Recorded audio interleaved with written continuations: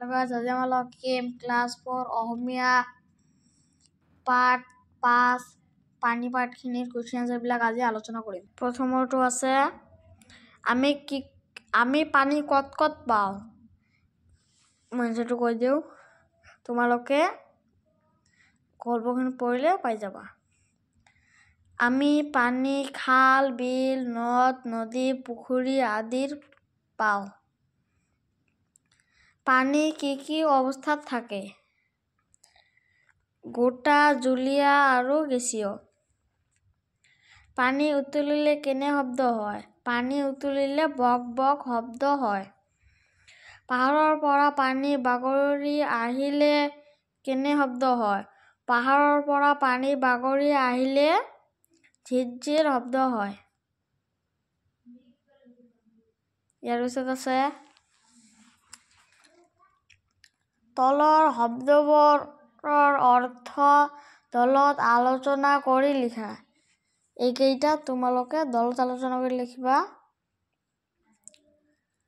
ইয়াৰ পিছত আছে উত্তৰ দিয়া। পানী ভাৱ হৈ কলৈ যায়? এইটো হ'ব আকাশলৈ। পানী বৰষুণ হৈ কলৈ নামি আহে? মাটিলৈ। ইয়াৰ পিছত আছে যুক্তাক্ষৰ ভাঙি পঢ় আৰু লিখো আহা।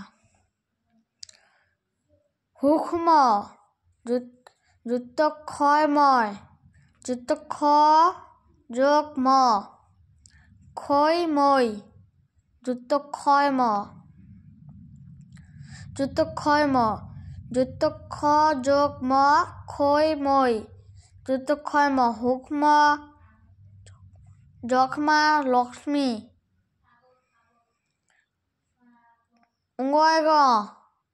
উঙ্গ যোগ গ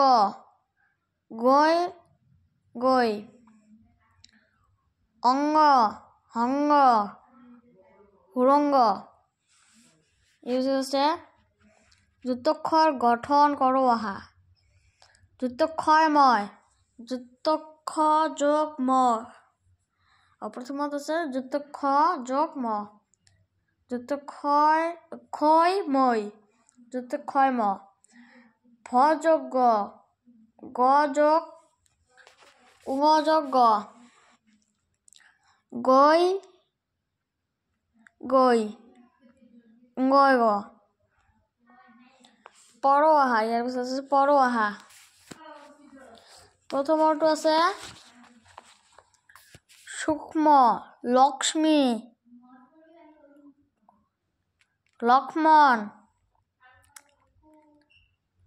লক্ষ্মীনাৰায়ণ হুৰঙ্গ ৰঙ্গ প্ৰসঙ্গ